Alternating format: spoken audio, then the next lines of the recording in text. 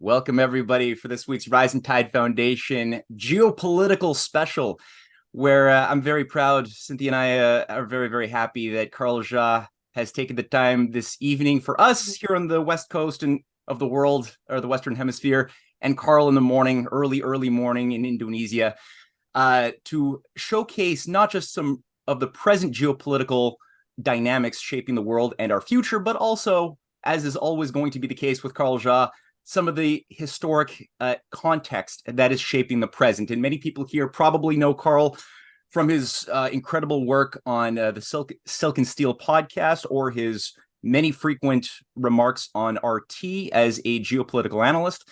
If you haven't heard of Carl Zha, then welcome from out from under the rock you've been under. And today's going to be a great day. So like usual, we'll do a formal Carl has presented a few slides, a few formal remarks, and then we will open up for a basic Q&A. And I just ask everybody to put your names in the chat box. And like usual, I'll call upon you in queue. And if you don't feel like you want to ask the question with your own voice, just write your question and I will ask it for you, but make it simple and concise. So Carl, it is all yours. Awesome. So how do I present? How do I share my screen? There's a little green icon at the bottom of your Zoom screen that says share screen, and you click it. Yeah, I click on it.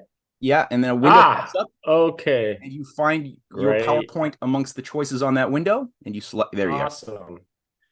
Can everybody see my screen? So I prepare a slideshow.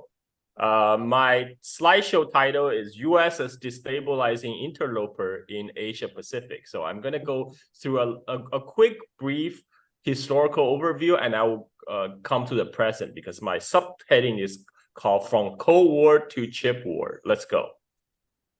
So U.S. has always been an imperial power as far as when Commodore Perry first sailed into Asia to forcibly open Japan.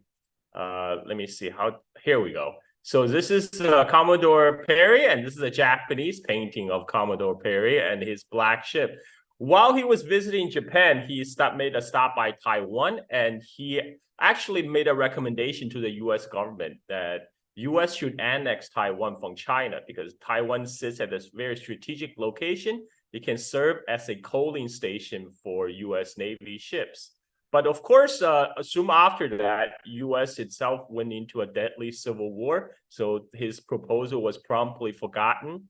But U.S. would come back. And this time, after the Spanish-American War, U.S. will come back as decidedly an imperial power in East Asia. U.S. will come to the Philippines. This is a political cartoon, as you can see. The U.S. intention is laid out for all to see. And after all, the Philippines are only the stepping stone to China. China has always been the prize. Of course, on the way to Philippines, East Asia, U.S. also annexed Hawaii. This is also the political cartoon from around the same time, I think 1899. And it shows U.S. imperial mission as some sort of civilization mission. As Uncle Sam teaching the poor children of Cuba, Puerto Rico, Hawaii, and the Philippines. And you actually have that Chinese kid at the door trying to come in. And also, of course, the Native American person, those is racist cartoon from back in the days. But what actually happened in the Philippines is U.S. waged a very deadly genocidal war that caused 250,000 Filipino deaths. And this is a picture of the famous picture of the war where the U.S. Marine posed with the dead bodies of killed Filipinos. And now we move to World War II. After World War II, the U.S. has a post-war plan for East Asia. At the time, the nationalist China was a U.S. ally. So U.S. plan was for China to become a U.S. client state, a junior partner, if you will, in the U.S. Empire project. And their point man is, of course, Chiang Kai-shek. This follows with Operation Beleaguer immediately after war, but with U.S. sending 60,000 U.S. troops to China, out of which 50,000 Marines. Their supposed mission was to evacuate nearly million Japanese soldiers and civilians still on Asian mainland. This is the map. So the U.S. arrived on U.S. Navy ship arrived in the port of Qingdao in the Shandong Peninsula of China. U.S. 7th Fleet actually made Qingdao its headquarters. So a lot of people may not even know this. Qingdao, China was a headquarters of U.S. 7th Fleet immediately after the war. This is a picture of U.S. Marine in Qingdao in 1945.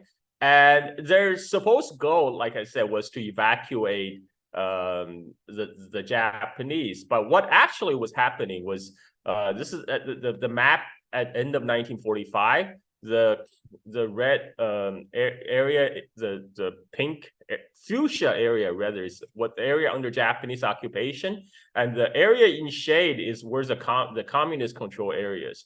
So what was happening was most of the nationalist forces under Chiang Kai-shek were in the southwestern China, very far from the occupied China by the Japanese. Whereas the communists, they have controlled vast swath of countryside, and they were a lot closer to big cities like Beijing or Tianjin. So U.S. Navy ship then sailed into the port of Tianjin to secure these ports, secure the railroads, so the nationalists will rush in and be able to accept Japanese surrender and capture those cities before the communists. So U.S. basically got itself involved in the Chinese Civil War very early on. But as we know, the communists eventually won out after 4 brutal years. In 1949, the Mao declared the establishment of the People's Republic of China in Beijing. And this is the situation in 1949. The Chiang Kai, so after Japanese surrender, Taiwan, which was a Japanese colony for 50 years after China's defeat in the first Sino-Japanese War in 1895, Japan had to return Taiwan to China in 1945. But soon the Civil War broke out on China. Communists won, so the nationalist government fled to Taiwan, and in 1949, 1950, Mao was about poised to send the People's Liberation Army to cross the Taiwan Strait to finish the Chinese Civil War and unify China once for all. Then Korea War broke out. And this Korea War broke out on June 1950. And immediately after, just a few days after Korean War broke out, Truman authorized to send U.S. 7th Fleet into the Taiwan Strait to prevent Mao's army from crossing to liberate Taiwan. And again, this time U.S. has directly intervened in the Chinese Civil War. And this is why the Taiwan issue was a legacy from the Korean War in 1950. And because from the U.S. perspective, this is the Korean War, Taiwan, Vietnam is all connected. They're trying to stop the spread of communism. This is August when General MacArthur visited Taiwan shortly after Korean War, and U.S. poured money, CIA advisors, etc., to Taiwan to support Chiang Kai-shek's regime. This, in a way, contributed to the Chinese intervention in the Korean War in October that month, because now Mao took 500,000 PLA troops that was poised to cross Taiwan Strait. Now they can't because PRC didn't have a navy back then. They had no answer to the 7th Fleet in 1950. So Mao took all this PLA troops that were about to cross Taiwan to north to send them across the Yalu River into the Korean War in October 1950. And as I mentioned, in the minds of U.S. Pentagon planner, this is all connected. All these anti-colonial wars in East Asia, they saw this was a challenge of communism. This is a picture of the famous Vietnamese victory in the Battle of Dien Bien Phu against the French. So with a lot of the Chinese material support, the Viet Minh, the Vietnamese communists were able to score a decisive victory in Dien Bien Phu and drive French out of North Vietnam. And this is where U.S. came in. So I look up McNamara's memorandum in 1965 when he got U.S. deeper involved in the war. What struck me was how much this rhetoric is similar, almost exactly the same as the present rhetoric employed against China. I'm just going to read some of the highlights. A long-run United States policy to contain communist China. China, like Germany in 1917, like Germany in West and Japan in the East in the late 30s, like USSR in 1947, looms as a major power, threatening to undercut our importance and effectiveness in the world, and more remotely, more menacingly, to organize all of Asia against us. The long-run U.S. policy is based upon an instinctive understanding in our country and that the people and resources of Asia could be effectively mobilized against us by China or by a Chinese coalition.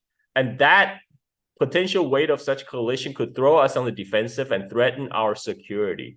Just contrast that with our present rhetoric. By the way, this is how McNamara got us into the Vietnam War.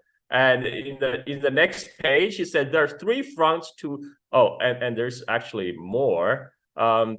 He talked about our ends cannot be achieved and our leadership role cannot be played if some powerful and virulent nation, whether Germany, Japan, Russia, or China, is allowed to organize their parts of the world according to a philosophy contrary to our own. There are three fronts to a long effort to contain China. Japan and Korean front. He also noted, realizing the USSR contains China on the north and northwest. This is after the Sino-Soviet split. So A, Japan-Korea front, B, the India-Pakistan front, C, the Southeast Asia front.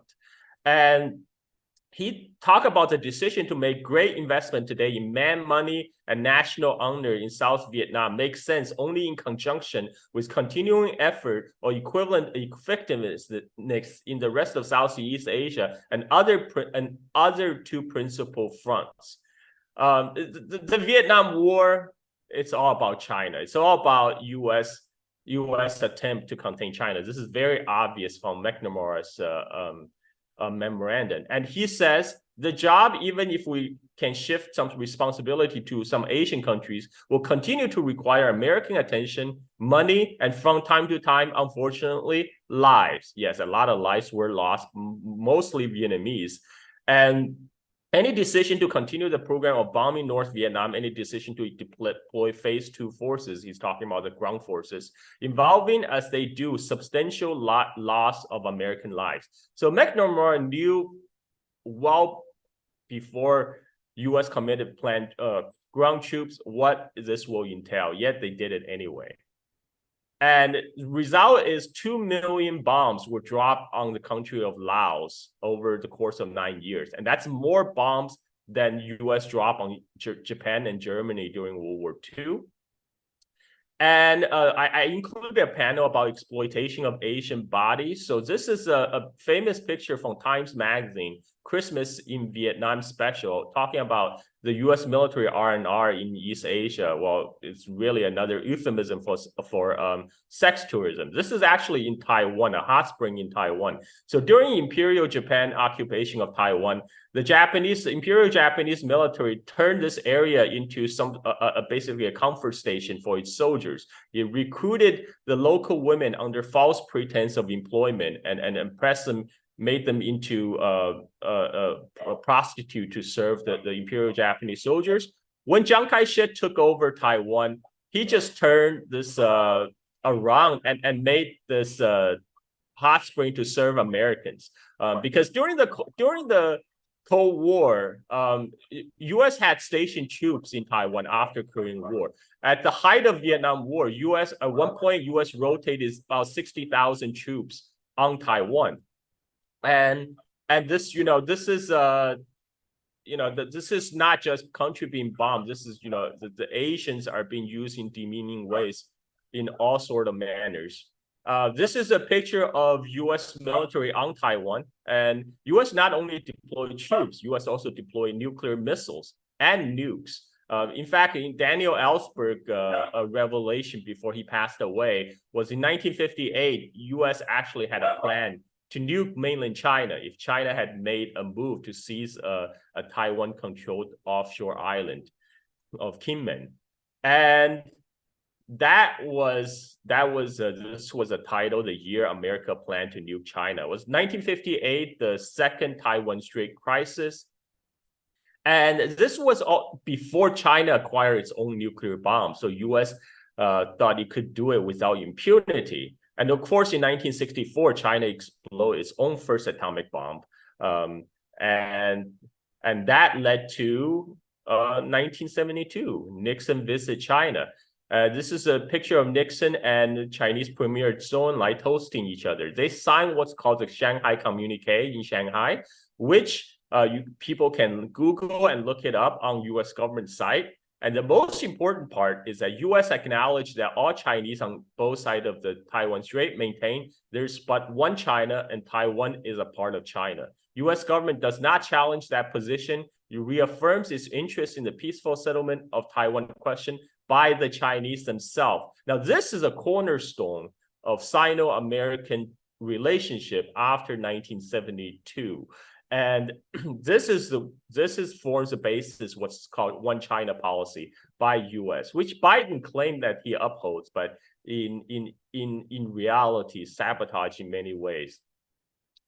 And this is a scholar actually compiled a list of China threat articles that appear in American mainstream media like Wall Street Journal, New York Times, Los Angeles Times, etc., Washington Post, etc., etc. He stopped in 2006. I mean, by now it will be off the chart. So this will be interesting. It shows the kind of the trajectory of the Sino-American relationship after the end of Cold War. And, after the collapse of the Soviet Union, Pentagon has been searching for an enemy to replace, to fill the shoes of USSR, so to speak, in order to justify hundreds of billions of US defense spending. I remember when I came to US in 1990, and I was already reading articles about China threat. But back in 1990, China was still a very desperately poor nation. And I don't think a lot of people buy the China threat. As you can see, the number of articles in 1992 and 1994 are actually quite low. And there was a peak in 1996. That's the third Taiwan crisis, when China conducted missile tests around Taiwan Strait, and Bill Clinton sent the U.S. aircraft carrier group into the Taiwan Strait. And then there's a big peak in 2001. And if people remember, that's when Donald Rumsfeld decided to increase the number of U.S. spy planes buzzing Chinese coast. And that caused the Hainan spy plane incident when a U.S. spy plane crash landed on the Hainan Island. And at that time, the tension was really high. And it just so happened, a few months later, 9/11 happened, U.S. attention get redirected elsewhere. That's why you see this sharp decline in the China threat articles. And from then onwards, U.S. attention has been on the Middle East, waging the illegal war against Iraq, Afghanistan, and later Libya. And now we have, this lasted until about 2009 or 2010, when with the Obama administration, when Hillary Clinton was serving as a Secretary of State, when she come up with the term pivot to Asia. What the pivot to Asia is talking about is not talking about economic pivot. It's talking about military deployment of U.S. military asset away from Middle East, away from the wars of Iraq, which was winding up, to East Asia. And now we have today.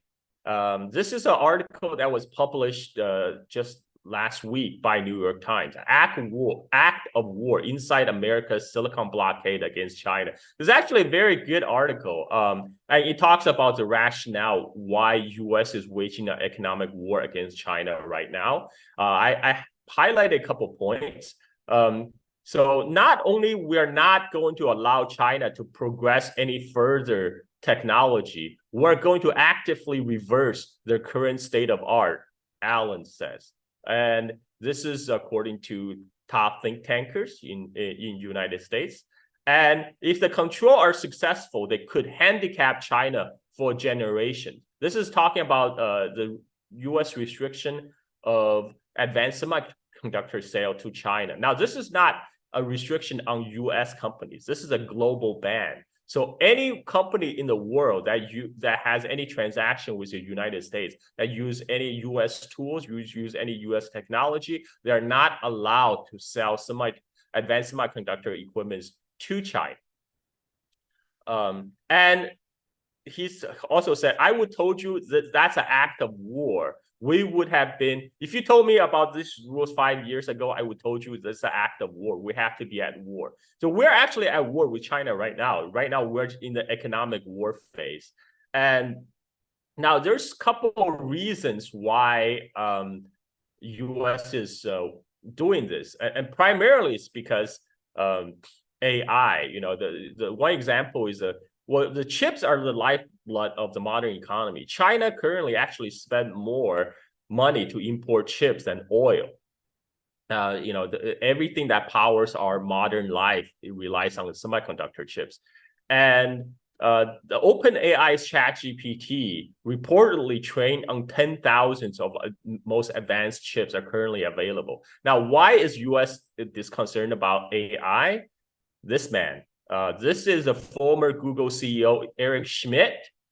And there's a good article from The Wire a couple months ago actually talking about how Eric Schmidt was basically the driver behind the U.S. economic war on China right now. And a lot of this article is very telling. The former Google CEO is on a mission to rewire the U.S. military with cutting-edge artificial intelligence to take on China. A startup called Ishtari, backed by Eric Schmidt. And Schmidt says he can bring a dose of tech industry innovation to U.S. military engineering. It's very exciting. The company reflects Schmidt's unique position as a link between the tech industry and the Pentagon, because Eric Schmidt was he got the job as the chairman of a committee that ties the big tech and the military together. As all we know now, it's not MIC anymore. It's no longer military industrial complex. It's military industrial intelligence. Military intelligence industrial complex, and big tech is very much part of that. So Schmidt was tasked in 2016 by Obama's administration to chair a new defense innovation board, try to modernize the DoD. And something Schmidt said was very telling. He said, imagine you and I decide to solve the Ukrainian problem, and the DoD give us $100 million. It's all about money. And with Schmidt's help, a similar view has taken root inside the DoD over the past decades, where the leader believes that AI will revolutionize military hardware. And it goes on to talk about the AI technology is mostly being invented by the private sector. The best tools that could prove critical to the military, such as algorithms capable of identifying enemy hardware or specific individual in video that can learn superhuman strategy, are built at companies such as Google, Amazon, and Apple. But of course, you guys all know this. All the big techs are in bed with the U.S. intelligence to spy on its citizens, to exert its control all over the world. I mean, they're just spelling it out right now in mainstream media, finally. And Schmidt has come to believe that while tech industry must help the Pentagon, the government must also help Silicon Valley. Wow, geez. He became the chair of U.S. National Security Commission on Artificial Intelligence, and their final report released in 2021 focused on AI rivalry between U.S. and China. And Schmidt credited this committee with changing his life by making him more aware of China's threat to the United States. And Schmidt now served on a similar body examining the implication of advancing biotechnology, very ominous. And he founded a new independent think tank called the Special Competitive Study Project. The project is looking at technology beyond just AI and model on an anti-Russia Cold War initiative created by Nelson Rockefeller and led by Henry Kissinger. The CHIP Act, this is a CHIP Act against China, the restricting silicon chips to China. The CHIP Act passed last year with bipartisan support, motivated by concern over China, will provide $280 billion for research and manufacturing of semiconductor devices in the US. And, of course, somebody had to raise a concern of potential conflict of interest because Schmidt still owns about $5 billion of Alphabet stocks. Alphabet is a parent company of Google and is an investor in startup military contractor Rebellion Defense, has ties through different investment firms to other companies that work with the government. Schmidt is involved in several companies developing technology in areas that organizations like SCSP say should receive more government funding. I mean, it's just very obvious right now. This is all a grift. And in order to fund his grift, he is waging an economic war on China. And Eric Schmidt is not the only one. Here's a tweet by Elbridge Colby. Elbridge was a former Pentagon official under Trump administration. And he said, why do I think we're in the most dangerous time in generations? We appear to have convinced China we're trying to suppress them, but we aren't building up our military shield enough to confidently deter them. Deeply disturbing echo of 1941. Now he's making explicit reference to Pearl Harbor. What he was referring to the history when U.S. placed economic embargo on the Empire of Japan, and that some historians argue forced Japan into the war to bomb Pearl Harbor. What Albridge is of course saying is we got to increase our defense spendings. A lot of these Pentagon military industrial complex grifters are now using inflating China threat to justify more and more U.S. defense spending, which is almost $1 trillion at the moment. And so here we are starting an economic war against China for something that they may possibly do in the future, but really it's just about to making these people rich. And it's very dangerous. It's very irresponsible because China and U.S. are both nuclear powers. Any misstep that could lead to World War III. And right now, people like Eric Schmidt is basically saying, oh yeah, we gotta go down this path because we have to make sure China do not develop the Skynet before we do. I mean, it's a stupid premise and it's a very dangerous implementation. And this concludes my brief talk, and I guess we can open the floor for questioning. Thank you very much, Carl. That was a very concise and thorough piece. I think that'll stimulate some good discussion. Well, Bruce got in early, so Bruce, I'm gonna just call on you to jump off and start the flow of the discussion. Thank you, Carl. This provocation, that's what I'm really hearing and seeing from what you presented. What the U.S. did with the CHIPS Act seems, especially as described in that New York Times article, is just such a blatant provocation, as you rightly compare to the embargo against Japan leading up to 41. I'm reminded of a recent report of some mega wealthy person or two or three who are building huge and expensive underground bunkers. I forget who it was. I remember it was in New Zealand was the story. Plus what I've heard about the West's financial bubble, for lack of a simpler word, where it is so precarious that these lunatics are really driving for some kind of a war like this to just pull the rug out from under so much to reset the economy, reset the debts, and for every other unbelievable, insane reason. I guess I want you to, what do you make of those observations in terms of how hell-bent for such a conflict should we assume these lunatics who are in charge, at least here in America, the likelihood of all of these type of things? I used to joke that we live in the accelerated timeline for Fallout. For people who do not know, Fallout is this RPG game that talk about a post-nuclear apocalyptic world. The premise was a nuclear war started between US and China in the 2070s, 75, I think. And I joke like now we're on an accelerated timeline because I think fundamentally these nut jobs, I think they can get away with it because they actually don't think it will lead to a nuclear war.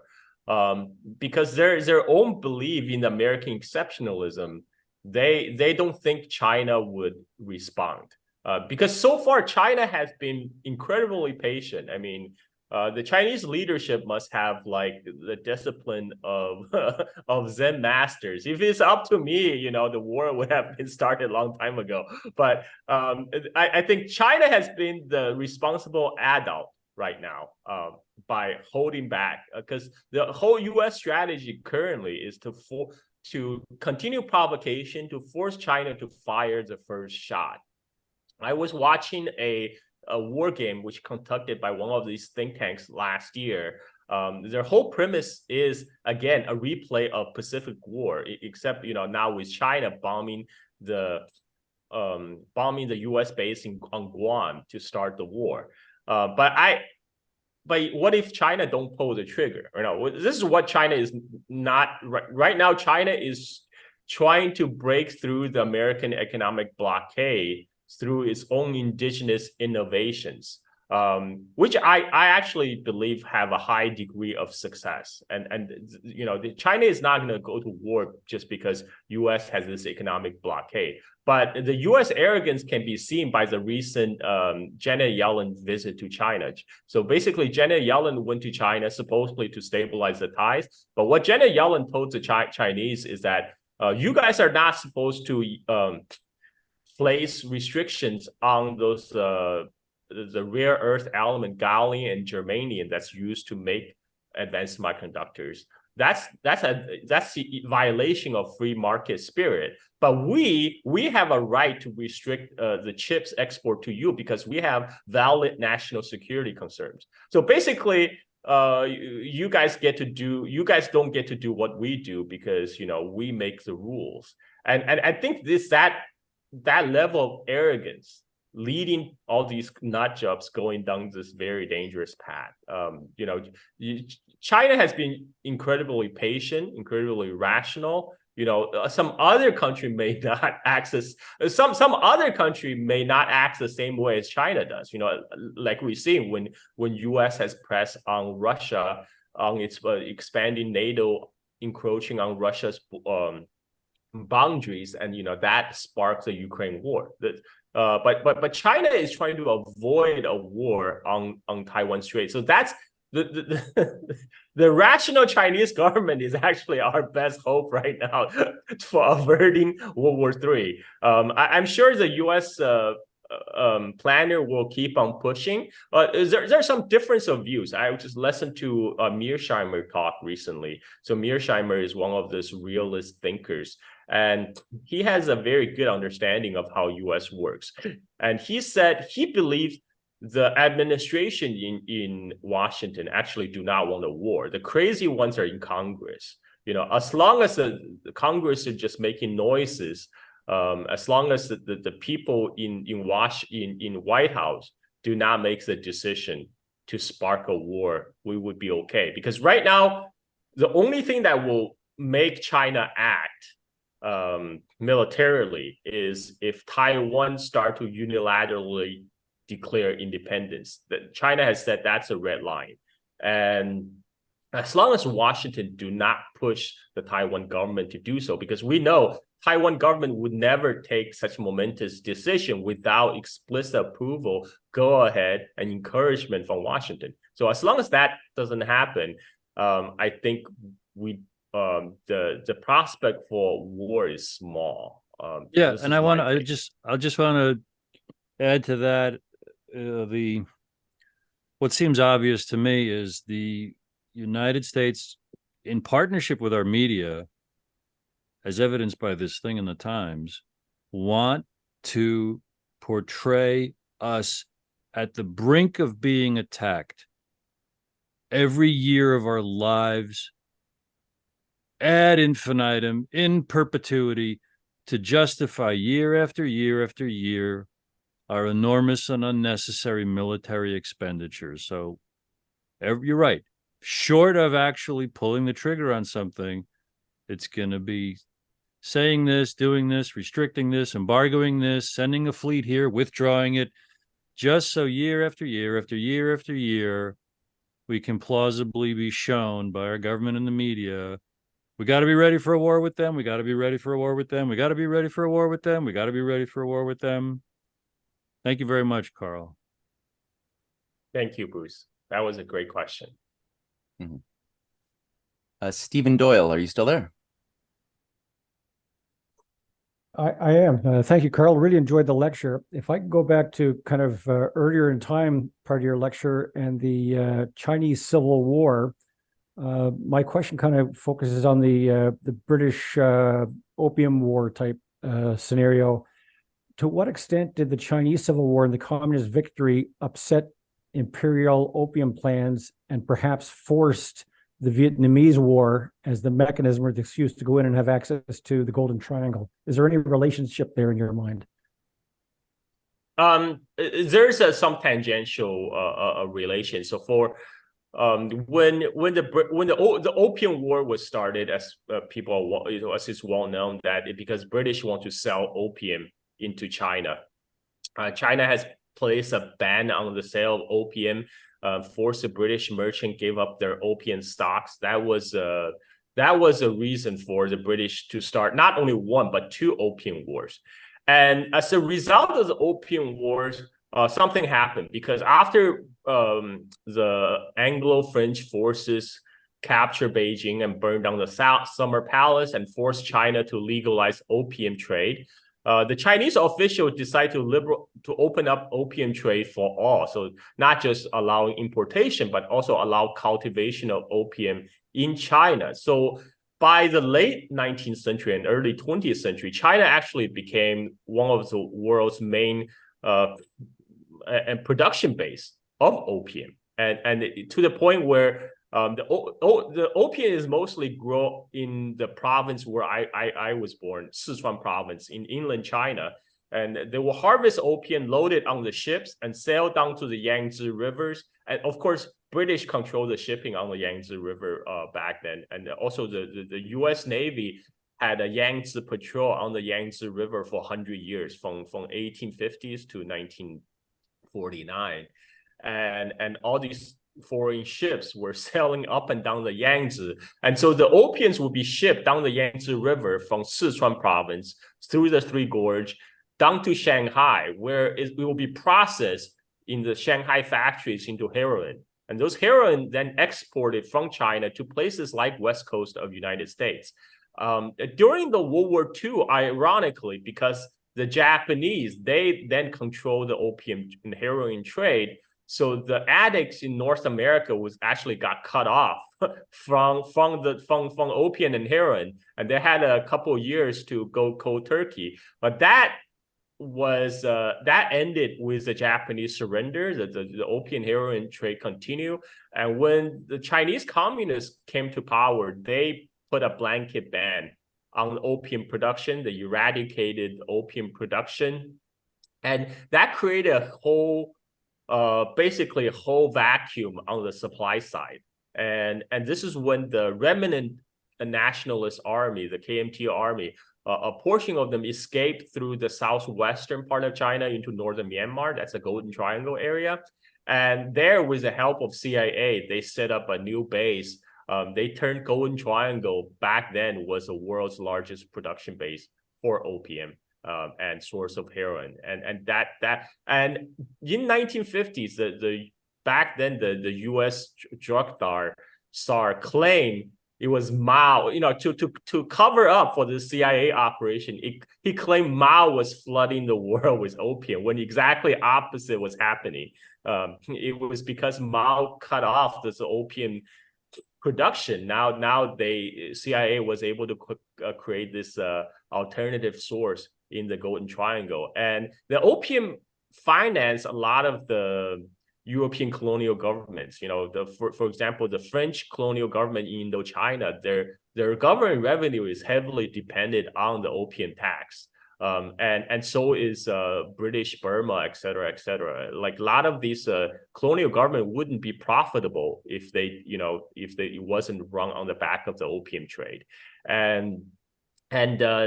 So the funny anecdotal stories about the Dien Bien Phu was that area around Dien Bien Phu was also one of the few major opium growing regions in northwestern Vietnam.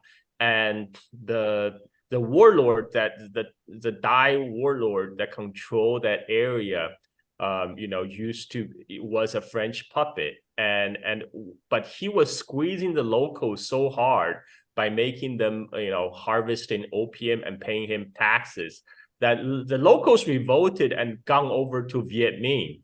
And this is why the Viet Minh were able to sneak up on the French without French being aware. They locked the French set up in Dien Bien Phu in this valley. The idea is they will be invincible, but because you cannot be hit by artillery directly. But these locals who are tired of these being squeezed by the local opium lords, they help the Viet Minh to lug the artillery all the way through the jungle, up the mountains, and from the top of the mountains point directly into the Dien Bien Phu. And that turned Dien Bien Phu into a death trap for the French. And so hopefully I answer your question. No, you did. Thanks. I just, for some reason, the whole Afghanistan and Taliban thing with shutting down the opium and the heroin kind of rang my bell when you were discussing things of the Asian side. And I was just wondering if there were inherent similarities, and it seems there are. Thank you. It's amazing wherever CIA turns up and the opium trade follows, because the drug trade is a perfect way for the CIA to and intelligence services of other European countries as well to keep the money off the books. And one of the way the opium got out from Golden Triangle was through the CIA airline, I think it's called Civil Air Transport, which is run by Claire Chanel. So Claire Chanel was actually a hero during World War II because he was a leader of the Flying Tigers, and so he had a very close tie to the nationalist government in China. And during the Chinese Civil War, he made a killing by helping Chiang Kai-shek to ship to airlift troops and supplies to the nationalist troops trapped behind communist lines.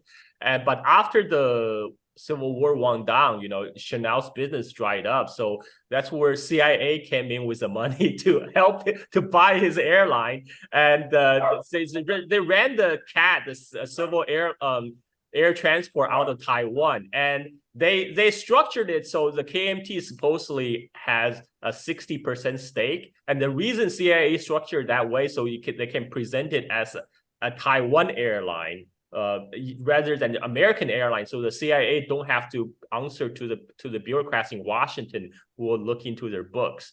And the CAT would fly opium from Golden Triangle, fly out and fly in weapons from Taiwan. So and this was also done through the predecessor of USAID, who financed a road project in northern Thailand. It was supposedly for rural development in rural Thailand, but really was to be able for the opium to get out from Myanmar into Thailand through these roads. I highly recommend Alfred McCoy's book, The Politics of Heroin. It has very detailed description of these very nefarious intelligence agency activities in the Golden Triangle and the drug trade. Super. Thanks, Carl. On that note, Sure. There's an observation and a question I have for you, Carl.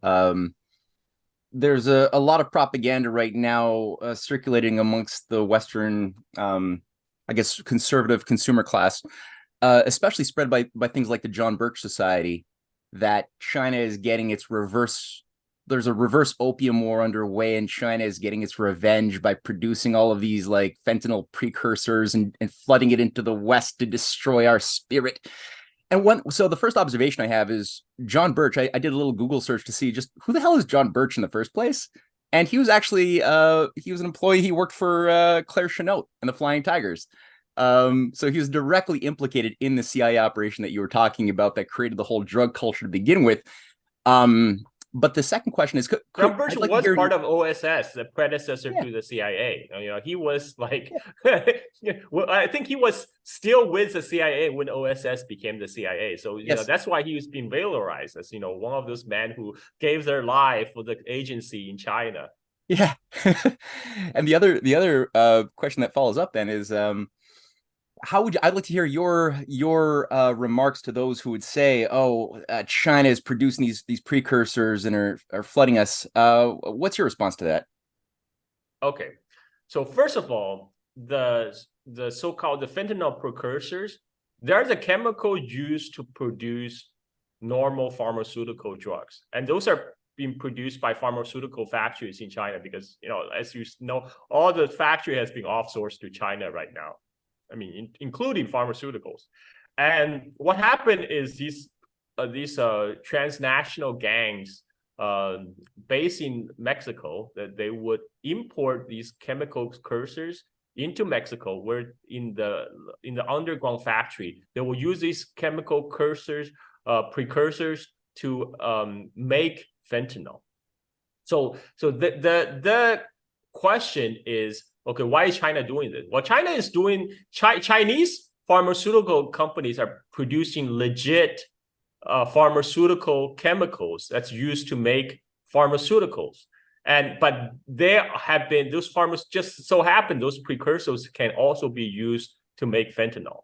And they're being imported by gangs. Yes, they're being imported by gangs into Mexico to make fentanyl and to flood North America, because right now North America is in a large opiate crisis. I mean, U.S. has always been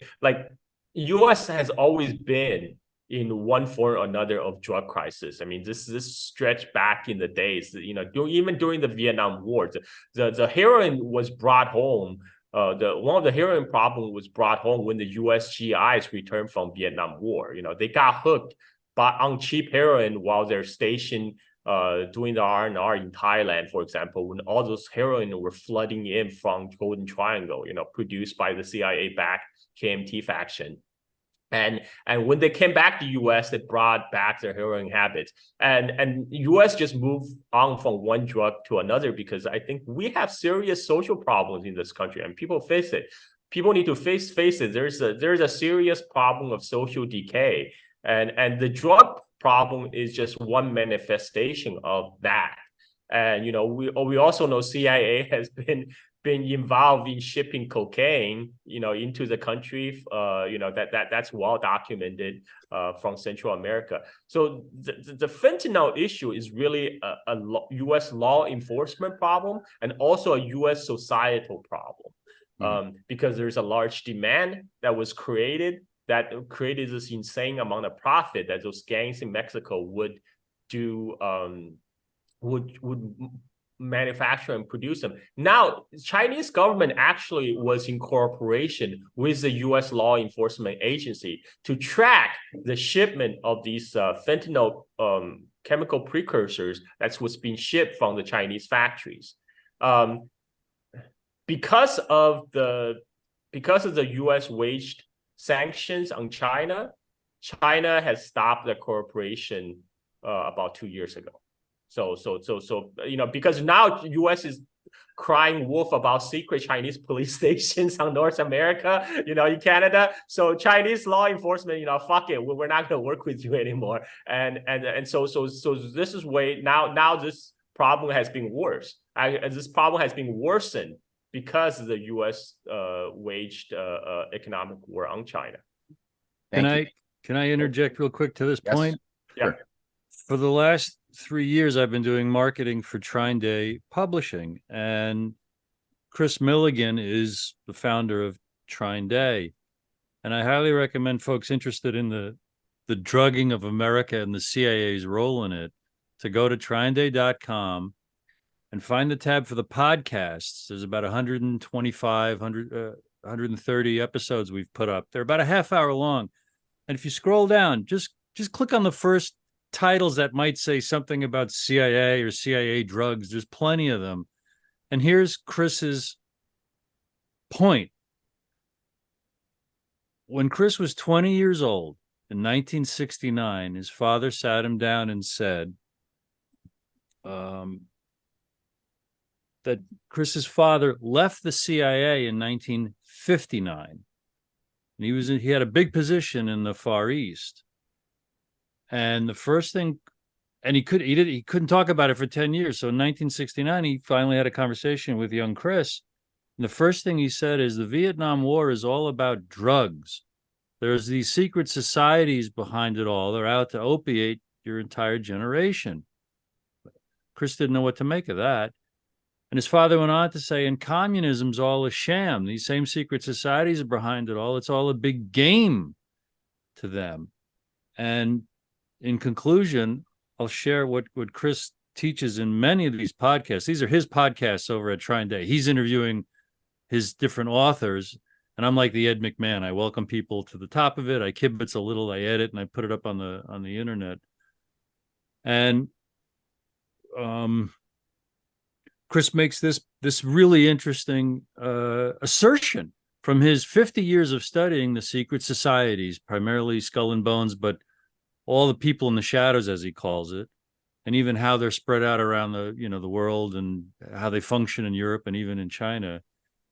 He says that what the folks in the shadows at the secret societal level, it doesn't mean the whole CIA, it doesn't mean many elements of the CIA. He describes the folks at that secret societal level reach down through these different institutions to the people that they can influence, blackmail, bribery, etc. What they did in the 1960s was repeat what the same type of folks did in the 1860s. They wanted to destroy a generation of Americans with the traumatic assassination of our father figure, king figure, president, Abraham Lincoln, John F. Kennedy, a war that would addict the wounded to drugs, and very specifically in Vietnam, unlike any other war, you weren't recruited for the duration. You went in for 1 year and then you went home. And in that year, the plan was to addict as many soldiers as possible in order to, as we've seen for the last 55, 60 years, as Carl, you were just describing, the societal erosion and destruction in huge part because of drugs.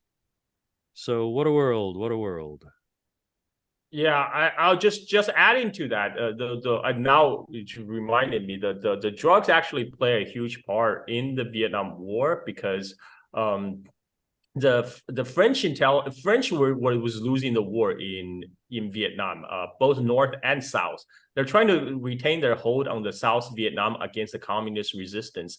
And what they finally realized is that, they lack the intelligence on the ground. So the French decided to co-opt the local gangs, local secret societies and gangsters. This specifically these pirates of river pirates of Mekong River. And the French colonial government actually turned over blocks of Saigon and Cho Long, these blocks by blocks. They turn over the controls to these river pirates, because these river pirates, they know the local society well. They are the eyes on the ground. They are much more effective at rooting out the communist cells. So the French authority basically turned over running of Saigon to the pirates of Mekong, and they had a free reign until mid-50s.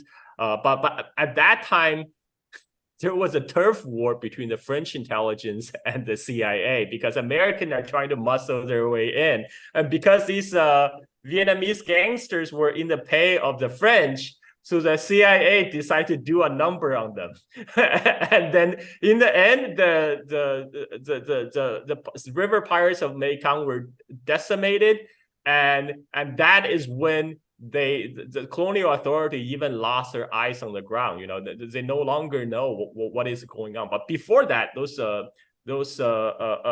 Vietnamese gangsters, they control all the aspect of economy in Saigon. They run all the brothels, all the gambling halls, all the opium dens, and they are effectively policing the whole city. But when CIA came in and destroyed that whole structure because CIA wants to put their own men in, that destroyed the French counterintelligence operation, and that actually led the war in South Vietnam to they lost control after that. They no longer have their eyes on the ground. The communists was infiltrating everywhere without them even knowing. Just I recommend the Alfred McCoy's book, Politics with Heroin, a great book. Since we're building people's libraries to this subject, I would recommend JFK. I think it's Vietnam CIA plot to kill President Kennedy by Vietnam, the CIA, and the plot to kill Kennedy, I believe. By Prouty, Fletcher. Prouty. Yeah. And he describes how the CIA forced, transported, helped, seduced, lied, and then betrayed with no resources more than a million Vietnamese from the north to come down to the south. And they became these starving, unwelcome strangers who were the marauders, who were then demonized as the Viet Cong. They were just trying to live. And it's just one tactic that was used to destabilize and make that a place we had to pour in military in order to control and do all the horrible things we wanted to do there, like smuggling drugs back into this country, not only in the body bags of our dead soldiers, but by credible reports, in the bodies of some dead American soldiers throughout the 1960s and into the early 70s. And the incense we have to burn and the prayer we have to do to cleanse the karma of what the United States did to Vietnam and the Native Americans, and this list goes on to the current day, is profound. And that just reminded me, there was actually another clear Chanel connection to Vietnam during the election. I think it's the election that finally elected Richard Nixon. At the time, there was a peace negotiation between North and South Vietnam, but Nixon sent his special envoy to the South Vietnamese government to tell them to hold off, to call off the peace negotiation, because they want the peace to come after Nixon has been elected the president, so he can take credit, and they don't want to give an October surprise to the Democrats. And the envoy that Nixon chose is none other than Anna Chanel, Claire Chanel's Chinese wife, and because Anna Chanel has a lot of contact in the South Vietnamese government. So she went down there, told them, cancel the peace talk. So the war will drag on for a few more years. And, and more Americans died, of course. Yeah, Nixon was conveying, I'll give you a better deal if I become president. And half the American casualties and presumably half the Vietnamese casualties of the war followed that. So thank you, Richard Nixon, for nothing. Yeah. Monty's been waiting for a bit. Monty, are you still? Yeah, there you are. Yeah, thank you, Carl, very much. I do have a question, but I'd like to make a comment before my question, if I could. I happen to have, this is close to my heart because I was actually in Southeast Asia, 1968, 1969, and I would just like to say that drug running, arms trafficking, and human trafficking are inexorably intertwined. I mean, they're a part of everything. During my time in Vietnam, I mean, I can testify insofar as the drug running and what happened with the addictions thereafter and while we were there was very evident. And it wasn't just in Taiwan that the United States promoted prostitution and sex trafficking. In Vietnam itself, in the Philippines, and in Thailand, these were very much evident and facilitated by the U.S. government. As far as arms trafficking, that goes along with it. I mean, as evidenced right now, where I'm down in Mexico, you're seeing 18-4 anti-tank weapons showing up with the cartels, and that's being used as leverage to put pressure on Mexico that the United States might intervene in Mexico and get their hands in that. But to my question, and it somewhat intersects with what Matthew was referring to insofar as the new psyops coming about, which he alluded to the John Birch Society. The question is, there's a whole new movement out there that I interacted with last week and did somewhat of a deep dive, whereas networks affiliated with, they use the Rockefeller Foundation and a New Prospect for America. And basically what they're alluding to is that the world economic, since they're losing in Ukraine, their main goal there was the destruction of Russia. It seems they have to change the narrative now, and that the latest narrative is that the whole world is meant to be 50 Shades of China. This is coming from a Rockefeller report on the prospect for a new America. And behind this are Falun Gang affiliated organizations, anarchists and libertarians, the Liberty Beacon, the Republican Broadcast Network, the Epoch Times. And the basic narrative is that, in point of fact, the multipolar world, the BRICS, the SCO, and so forth, is really a grand conspiracy by the Illuminati to defeat the unipolar world, because China is really behind this grand scheme with the Illuminati to destroy the West and take it over. And it's rather sophisticated argument they're presenting. It's coming from the highest lit networks, and I'm seeing it profoundly across different websites right now. This seems to be the latest grip. They're trying to change the narrative to do this. Are you familiar with any of that, and could you comment on that? Okay, so I like to say when U.S. talk about China, it's almost 100% projection. You know, all these talk about the global cabal controlling. It's not a conspiracy. It's not a conspiracy that wealthy controls everything in the United States. You know, U.S. is a plutocracy. We have billionaires like Jeff Bezos owning Washington Post. You know, in my presentation, I just showed that Eric Schmidt, whose net worth is about $25 billion, is the main driving force behind this chip war against China. Like, the billionaire sets our agenda. This is not a conspiracy. We don't need a conspiracy for that. But somehow the multipolar world is another like a billionaire conspiracy to overthrow America. I mean, that's just like a little mental gymnastic and projection. And what the multipolar world is really saying, they're not sort of saying now the BRICS is going to go take over the world. What they're saying is, we don't want U.S. to come in and tell us what to do. We just want each individual country to have their own sovereignty to determine their own path of development. You know, you don't need U.S. government to shove whatever agenda, you know, down our throat, whether it's social, political, economic models. You know, each country should be free to determine their own development path, which I think it's common sense. I mean, like that. And I also have to remind people that currently the BRICS, the GDP grouping of the BRICS, just surpassed the G7 this year. The BRICS right now composed of 31% of the world GDP, whereas the G7 only composed of 30%.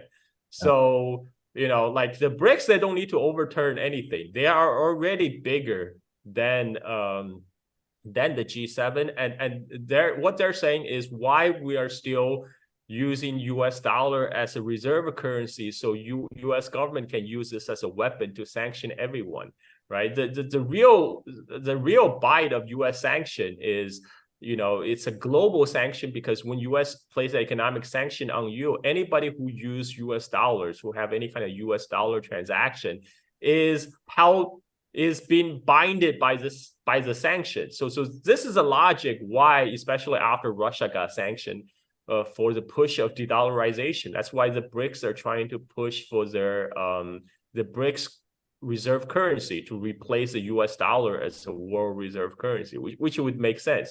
You will make these countries immune from US economic sanctions. And yeah, I mean, it's sometimes it's sad. I look at US, it's right now it's very dysfunctional, and we don't need to project our own dysfunctions into other parts of the world. It's pretty plain to see for everyone. We are being run by a bunch of oligarchs, a bunch of billionaires. And if anything, the BRICS is a response to that. I think somebody has a question. Did I answer your question, by the way, Monty? Yes, it did.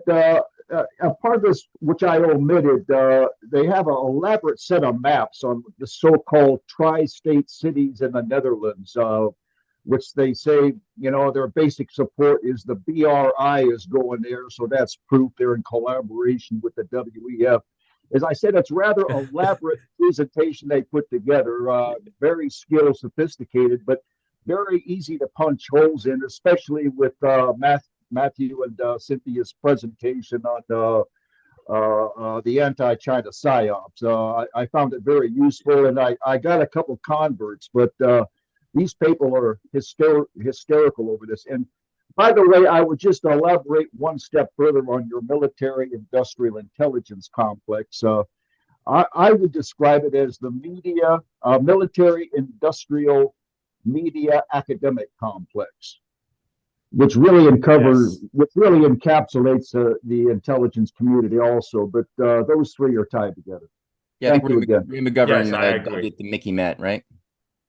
It's just getting longer. And also, I just one last thing to comment about the Netherlands as kind of the hub of the BRI to overthrow the Western led dominant world order. Netherlands is part of EU. Netherlands is part of the Atlanticist organization.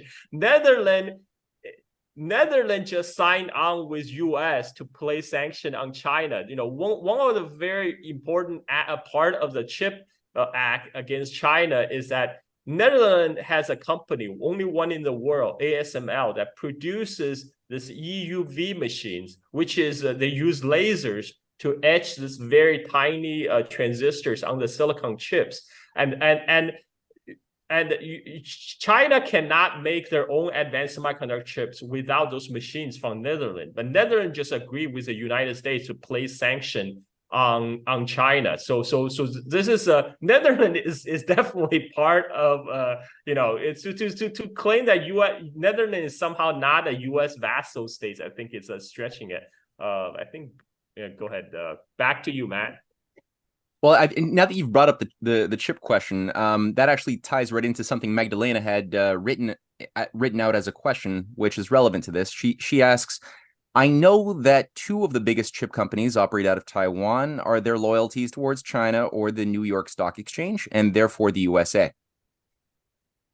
Well, any company, their loyalties to profit. Hold on, Magdalena. Yeah. If you want to fill, I just want fill that out a to bit more. base, because when you were talking about this, I was just quickly Googling, okay, who are the biggest chip manufacturers in the world, and then they listed the 10 top countries, and two of them are Taiwanese, and one of them was the Netherlands, based in the Netherlands, the one you mentioned. I think that was number 7. Okay, number 1 was in Taiwan. And number 8 was in Taiwan, and number 7 is in the Netherlands. And the other ones that did not mention in the article where they're based from, which makes me kind of You know, sometimes you have to look at the missing information to get a picture, right? And so I was wondering, now, obviously, they are all trading on the New York Stock Exchange. Taiwanese companies are also trading on the New York Stock Exchange. So that's why my question is, where is the loyalty here? Well, so normally, under normal circumstances, each company will just be loyal to the profit. But we're not functioning under the perfect free market here. You know, they have to answer to pressure from the United States. So the global supply chain for the semiconductor production is actually very complex. The production is is spread out geographically. So you have the actual fabrication of the chips, the physical making of the chips. That's happening on Taiwan under TSMC. Netherlands plays a very important part because they're a very important company called ASML. They make the EUV machines, which because right now the chips are getting smaller and smaller. You know, 7 nanometers, your naked eye can't even see it. What the Netherlands company ASML does, they develop this very advanced machinery called EUV machine that use lasers to etch on this tiny silicons, the little transistors, to pack them together. And they're the only company in the world that does it. But the components used by the ASML machine, the lasers themselves, are produced by a German company. And so these are all these different companies tied together. But to United States advantage, most of these companies and most of the countries are used at U.S. vassal states. I mean, Germany, Netherlands, Taiwan, South Korea, Japan, none of them can say no to the United States. So when U.S. wanted this to happen, you know, Biden sent his representative to those countries and told them, hey, you gotta jump on board with this our bandwagon of anti-China crusade. And they say, okay, when U.S. says jump, these countries have to say how high. So I mean, like, yes, their loyalty normally would be to profit, because TSMC actually at one point a huge portion of their export market is actually China. A huge portion of their export market is actually China. I think that at one point, like 40% of their export market was China, but that market has been cut off by United States government. And US is saying, we will compensate you with tax incentives. And US is also forcing TSMC to open up plants in Arizona in United States, so they don't have to rely on chips producing in Taiwan. So, like right now, all these countries, TSMC, if it's up to themselves, they would just continue to produce in Taiwan and make a lot of money by selling both to United States and China. But, we don't live in that world of free market. So, so they have to answer to United States. Okay, thanks. Yeah, this is an important learning process for a lot of people who have been led to believe that it's simply the money that makes the world go around, but there's actually this higher domain of ideas and intentions that actually makes the world go around, and it's not so much money per se. And as we could see it, like a lot of people I noticed even criticize me and Cynthia a lot for thinking, oh, you're saying that the multipolar alliance is a bunch of angels because they don't want to divide and conquer and play these imperial games, and so they're these angels, and anybody who thinks that it's a legitimate actual process is naive. But it's like, no, like you just said, Carl, it's just good business. It's good, rational, common sense to have a world that's not on fire, and if you're developing your neighbors rather than exploiting them and keeping them poor and underdeveloped, they will be better consumers, better business partners for you, who will trust you rather than hate you and want to destroy you. It's just common sense, and people have just become so. And also, I like to point out, back in the days when U.S. was promoting globalization, they're actually saying the interconnectedness, the widespread of global supply chain actually means we're less likely to have conflict because now we're all interconnected. So what United States right now is trying to do is to cut off all these linkages to make the conflict more likely. I'm just like to point that out. So go ahead. Yeah. Back to you, man. People need to chew on these ironies. It's good. Well, I think we have time. How much time do you have left there, Carl? I can go on whatever, man. It's still early for me. It's only 8:48. All right, cool. All right. Well, Jonathan's actually, I have a dead stop at 10 o'clock my time, but we still have like an hour and 20 minutes. Well, we won't take that much of your time, but we'll take some of that for sure. Okay.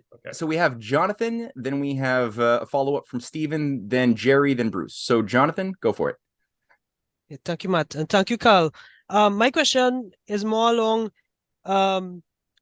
is China doing anything to have more, I wouldn't say state ownership, but ownership by industrialists based in China who have a more ideological view for the nation state?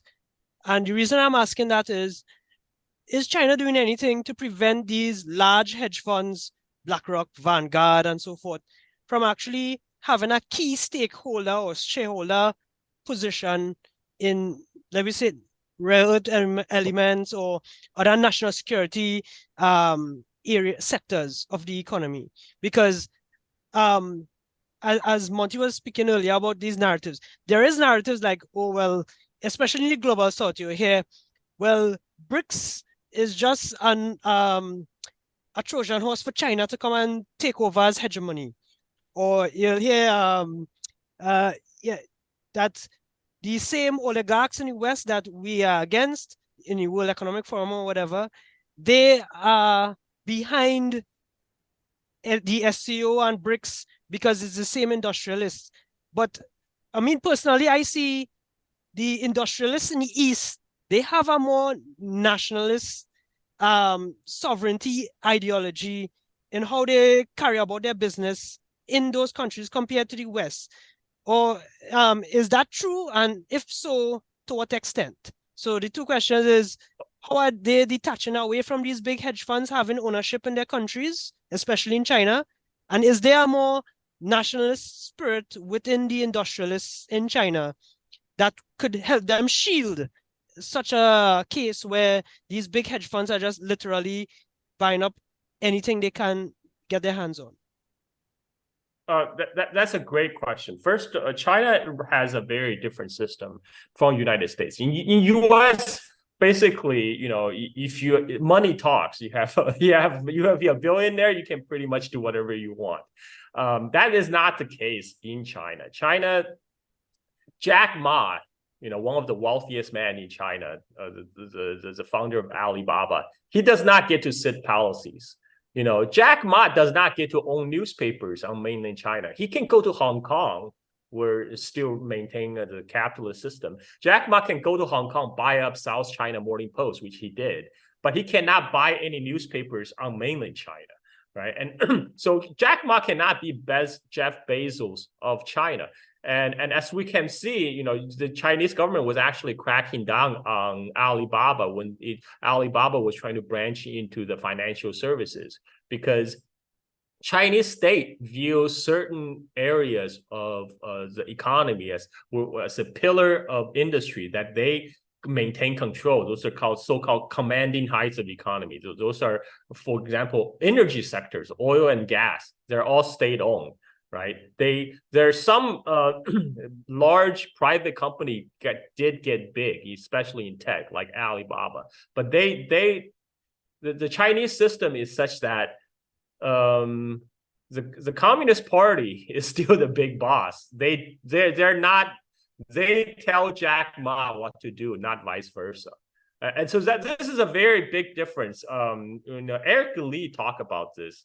Eric Lee, another investor, he talked about this. The difference between China and United States is, in U.S., the capital dictates to the state, dictates state policy.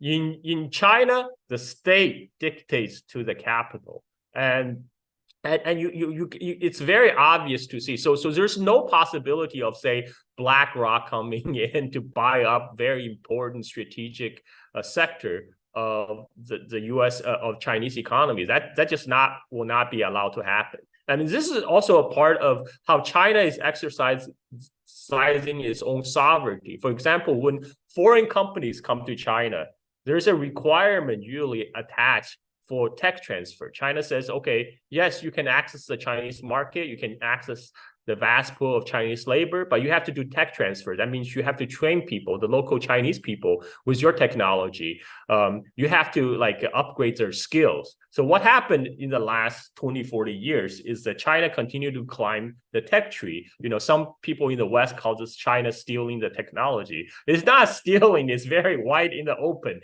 The Chinese government says you have to share technology if you want to do business in China. And this is an exercise in sovereignty, because China and Russia are one of the few sovereign countries in the world, like Lavrov said. And about how, you know, they say BRI or BRICS is just a Chinese Trojan horse. I like to point out that Western sanction on Russia actually led to more Chinese goods in Russia. I was in Moscow 2 weeks ago, right? All the Western luxury brands have closed down. Prada, Chanel, you know, they all have a sign on the door said, due to technical reasons, we are currently closed. And instead, if you go to like a new, on the road, a lot of the older cars are Western brands, you know, for either Japanese or German.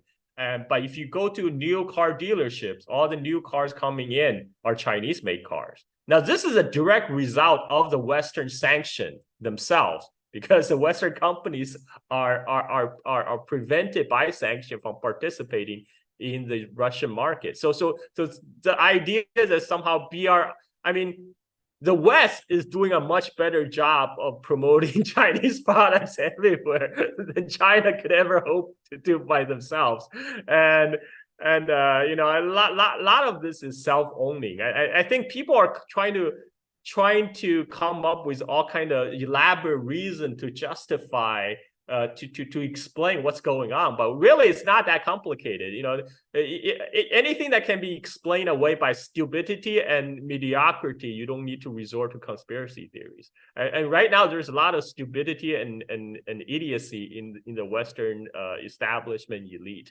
They are fucking up. I'm sorry, can I swear? They're screwing up majorly right now, and this is what actually enabled the BRICS to arrive. But as for Chinese industrialists, I do believe they are more nationalistic than their Euro-American counterparts. For example, Huawei, which is the first Chinese tech company that's been sanctioned by US. Many people don't know this, but Huawei is an employee-owned company. Huawei is a company owned by its own employees. So that's quite different from, say, Google, right? or Apple. And yeah, it's just the capitalists in China, they're only allowed to do things within the certain parameter that state allowed them to do. So I mean, it's China is a party state. You know, the party is still very much in control, and the party is not beholden to the capitalists. This is kind of a tradition of, if you look at the Chinese history historically, the Chinese Confucian bureaucracy always maintained a tight control over its merchant class. And this kind of tradition, you kind of see the carryover of tradition here. In China, the bureaucratic state dictated to the business, not vice versa. I hope I answered your question, Jonathan. Yeah, thanks very much. And just drawing back to a point you said earlier about the West being kind of delusional. I remembered Bloomberg ran an article recently when China put the restrictions on gallium and germanium. And they were saying that China is scoring an own goal in the gallium market because China already suppresses the gallium market to keep the prices low. So now the prices will go higher, and therefore other Western companies would now come into the market and they can restore Western supply chain. And I was like, but you don't have that reserves of the physical rare earth element. How are you even going to take this big participation in the supply chain? You know, it's like a huge disconnect. And it's not like if, and gallium itself is not taken from the earth alone. It's a byproduct when you extract coal and bauxite, I think. And yeah, so it's a huge disconnect, but they are convincing. I mean, I live in the global south in the Caribbean, and I mean, we're within the US sphere of influence, and they are still convincing a lot of the global south that, you know, China is not this growing industrial power, and they're just going to use hegemony to try and further their own goals. But hopefully, you know, reality somehow hits a lot of global south nations, because that reality hasn't set in here yet. Yeah, I mean, we can see some of that already. You know, just look at the Western sanction on Russia. If you look at much of the global South is not signing up for that. You know, all this U.S. currently the proxy war against Russia and Ukraine. Most of the global South is like, why should we side with you guys on against Russia? We have nothing against Russia. And when they talk about international community, it's always North America, the U.S. vassal states in Europe, and a bunch of vast client states in East Asia. That's it. You know, Australia plus Australia and New Zealand, and right now their own relative importance in the global stage is increasingly shrinking as the BRICS economy continue to grow. And it's quite amazing. Actually, I saw a recent poll of a survey of optimism across all countries, and I mean, all across the so-called developed nations in the West, there was a total collapse in the optimism. You know, many people thinks they will be worse off 5 years from now rather than better. I mean, that's not the case in places like China or even Indonesia, where I am. You know, majority of people still think the life will be much better in 5 years. Mm-hmm. Yeah, that's an irony, right? That an empirical piece of data we have is just, do people support their government, and do they think life will be better in the future? Yes or no? And you find these incredible, this inverse set of statistics that is the very opposite of what we have in the transatlantic rules-based orderista West. And yet people are being fed the same thing we were told about Iraq, and how, oh, yes, I know that Saddam Hussein or Gaddafi had 80+% support of their people, but they're all brainwashed. You can't trust popular opinion there, but you can trust popular opinion here, where our elections are fortified and legitimate and our people are wise. It's like the lack of humility and like you said, projection is just embarrassing. U.S. still do one thing very well, which is marketing and propaganda, which is basically the same, you know, because U.S. is very good at marketing, right? And there was a recent viral video of this Russian soldier who was just went on a rant.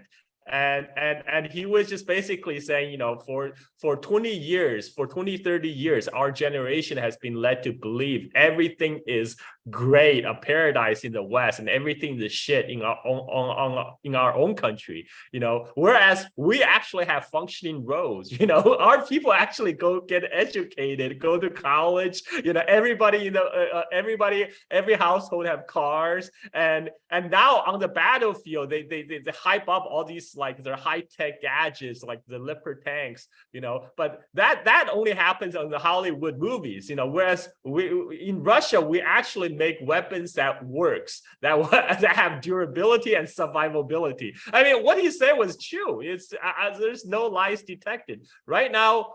What Jonathan also referring to is talking about all these copiums that's being produced by the Western press, and a lot of the Western press is run by people who are not even experts. These are propagandists. They're not even the subject experts. They're no longer journalists. They're just regurgitating the line from State Department or the Pentagon, and to tell you who to hate, who to fear.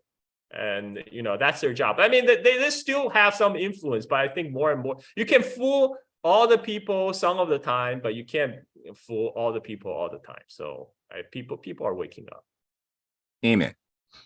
Jerry, you still there? There you are. Hey. Yes. Can you hear me? Indeed. Yes. Oh, good. Okay. Thank you very much, Carl, for your presentation. I was real excited when I heard you were going to be speaking this evening because I watched a lot of your videos ever since the one you did on the history of the British Opium Wars. That was brilliant. That's a classic. So I had one question, but I'm going to change it because you were talking about Alibaba and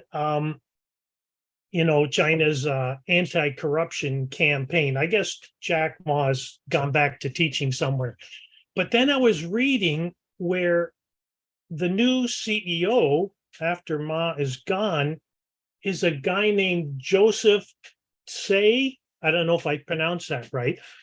And then I was reading about him and he says, oh, he has a passport in Hong Kong, and he also has a Canadian passport. I think his parents live here. So being from Canada, I'm wondering, who the hell is this guy? Because you never hear about him. And I don't know if you know much about him, but I would love to pick your brain on who this Joseph Say is, if you could. Thanks. You actually know more than I do. I haven't really followed the new top post at the Alibaba. But Alibaba just got slapped down because they were getting into the Chinese financial industry, and they're trying to get into the Chinese credit market. And they were also, basically Alibaba was through its online platform was basically issuing credit, and the Chinese government's like, no, like we are in control of the monetary policy here. You don't get to issue virtual online currency, and you don't get to get into this financial sector in a sneaky way, because we like to regulate that. And this is just goes to answer one of the earlier Jonathan questions on who actually calls the shot. And about the Joseph has a Canadian and Hong Kong passport. That's actually quite common, because a lot of the Chinese went abroad after Cultural Revolution. My own dad was among the first generation that went to study. He went to study in U.S. in 1985. That's how I came to United States. At that time, Deng Xiaoping said something. He said most of these Chinese students will not come back. But even if 20% of them do, that is a boom for China. We still gain from that. So Deng Xiaoping proved to be right in the long term, because I seen that a lot of my dad's colleagues and classmates, they would work in, they graduated in the US. A lot of them have US citizenship. They went on to work in the US corporate world. But after about a decade, I'm talking about in the 2000s, many of them, especially the more ambitious bunch, they found they start to hit a glass ceiling. One of the feature of the U.S. tech world is employs a lot of Chinese talent, but not many Chinese talent break into the management tier. So at that point, a lot of my dad's classmates, they start to explore opportunities back home. Many of them went back to China, where they could be founders of companies, where they could be VPs, being a position much higher than they would have gotten rising in the U.S. corporate world. And my guess is Joseph is one of those returning Chinese diasporas. And these people, they bring back their own unique experience and expertise they gained working, studying in the West. And that helped China to upgrade its own skills. I mean, a lot of people in the West talk about China stealing technology. Actually, the most important transfer of technology happened with these Chinese exchange students who came to study in the West, in the Western universities, who even work in the West. And then when they go back to China, they bring their expertise along with them. And again, right now, U.S. policy is trying to choke that off. Under Trump administration, there was a China initiative. by the FBI to basically investigate all ethnic Chinese people, researchers, scientists in US for their connection to China. And that has driven, and the China initiative is officially over under Biden, but the FBI continue its witch hunt. A lot of the Chinese scientists and researchers are returning to China right now. Many of them who I think the most ambitious one have already returned back in 2010s, but many of them also chose to stay in the West because they're comfortable here. They already have family here. They already have a network here. But now they're being forced to go back to China. And I think that's one of the biggest self-owned by US, because even in 1990, I remember I go to my dad's lab in University of Illinois, and I see all Chinese people working there. A lot of my dad's colleagues, all these Chinese grad students working in the lab. So the American research institutions rely a lot on overseas talent, and they're now driving that away. It's very short-sighted, and it's gonna bite US in the back in the long term. Yeah, it's definitely a sign of the loss of values when you realize that what people, when a system ends up valuing present power politics and arrangements more than the real source of value, which is the mind of people, that is what generates new discoveries. You've got right there all the recipes for a collapse function underway.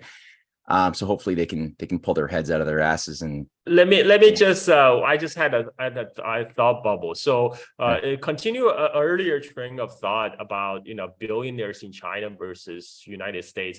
I recently interviewed an excellent US social scientist, Peter Turchin. He came out with a book, The End Times, and he studies basically the rise and fall of societies, and he applies his own scientific model on why societies rise and collapse. And he actually, I think his book offered the best explanation of what happened in Ukraine, leading to the Euromaidan, so-called Euromaidan revolution.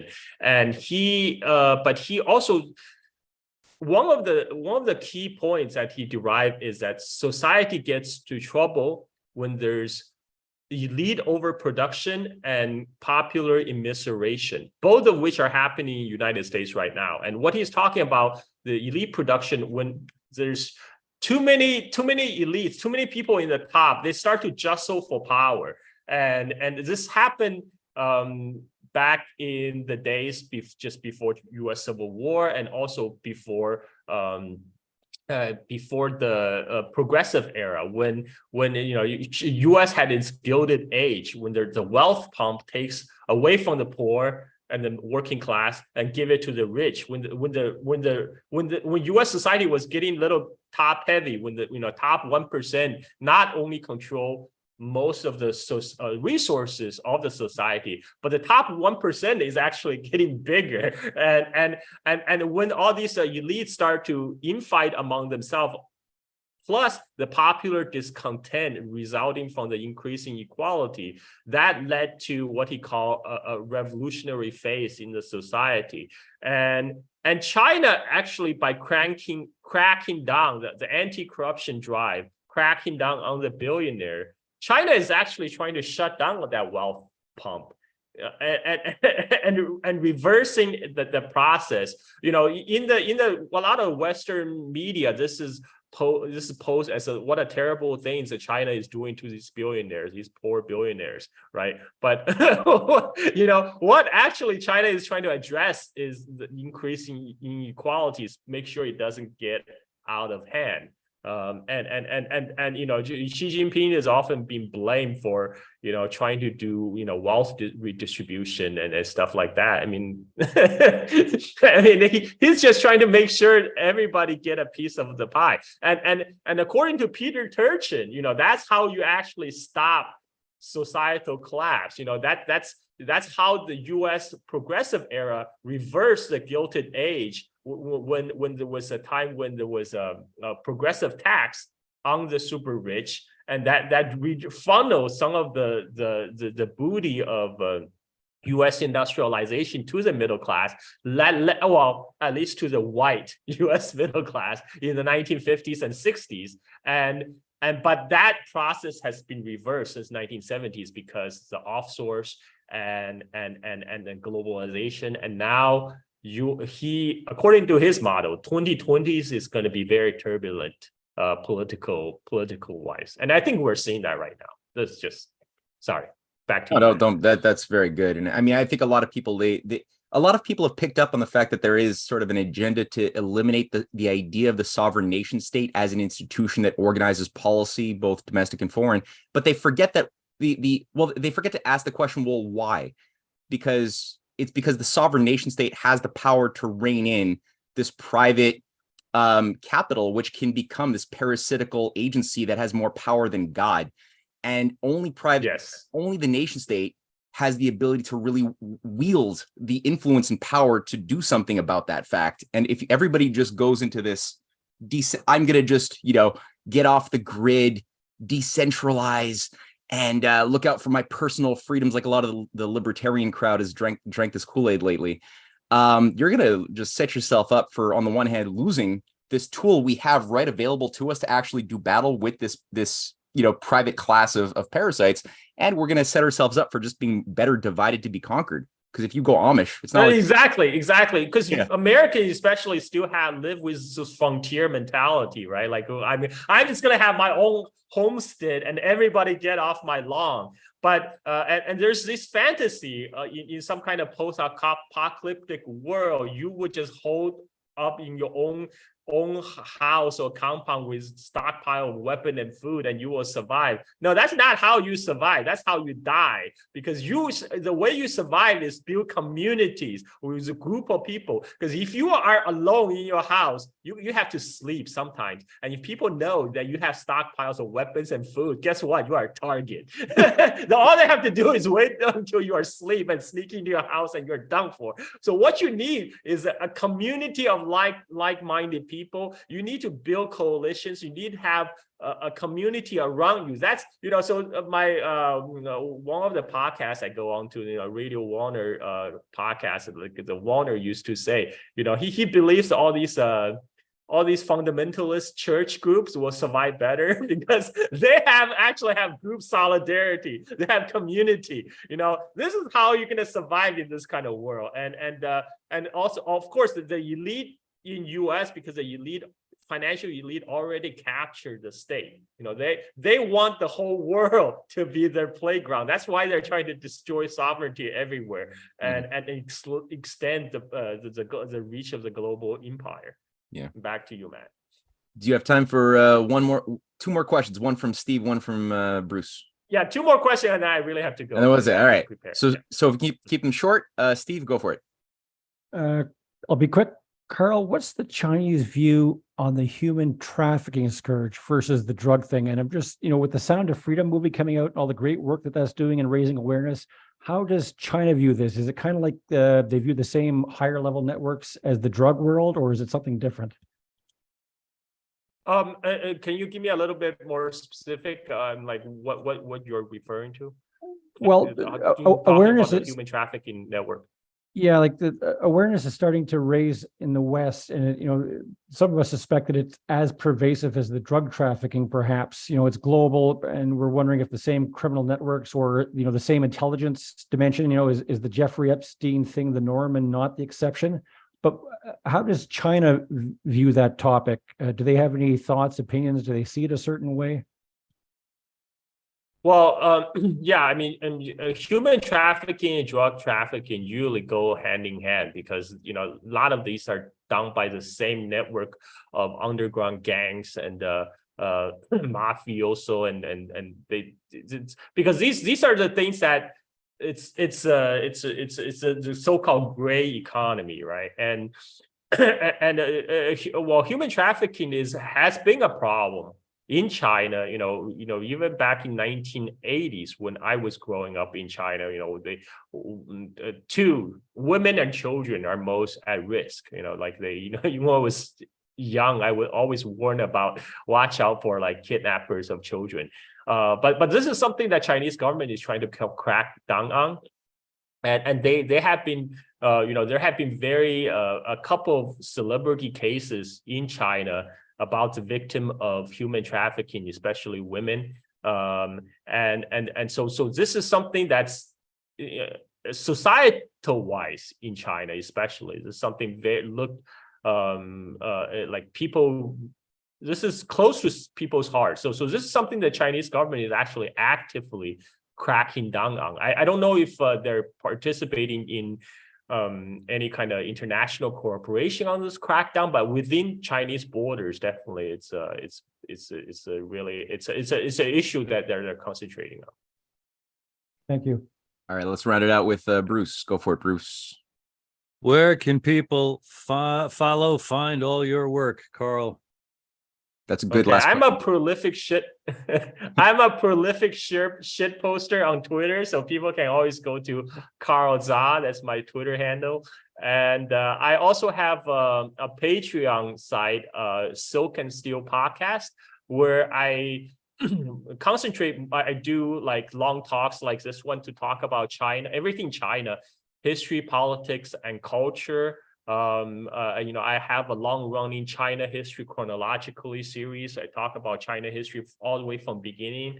Now I think I'm at 550 BC. Still a long way to go, but I already covered a couple of thousand years. And I also have a YouTube channel. You can just search Carl Zha. On my YouTube channel, I uploaded a lot of footage of my recent travel to Moscow, to Russia. I like to say seeing is believing. I mean, just seeing Russia in multicolors, I think that's enough to dispel a lot of the common misconceptions. And a lot of my free content are posted on YouTube, a lot of the podcast platform as well, I think. But welcome to check out my Patreon page, because that's how I pay my bills on Bali. I support my family, so feel free to subscribe to be my patron on Patreon for the Silk and Steel podcast. Thank you, guys. That's great. Yeah, and we're going to make sure that both of those links are going to be available in the description box of this video when it's uploaded onto YouTube. So everybody should check that out if you're listening in the future, which is your present when you're listening to me saying this right now, which is weird. Go to the description box and then sign up to Patreon to listen to Carl Zha's content. Carl, that was amazing. Thank you so much for taking the time this morning, this evening, this afternoon. And this coming Wednesday, just so people know, we have a incredible presentation that is going to be unveiled on Mao. We're just going to go there. We're going to actually shed light on some of the dynamics before, during, and after Mao in a way that most Westerners are not provided. So that's going to be a special thing, 8 p.m. Eastern time Wednesday. And we got more to come after that. So Carl, once again, thank you so much. And thank you everyone for taking your Sunday night or Monday morning with us.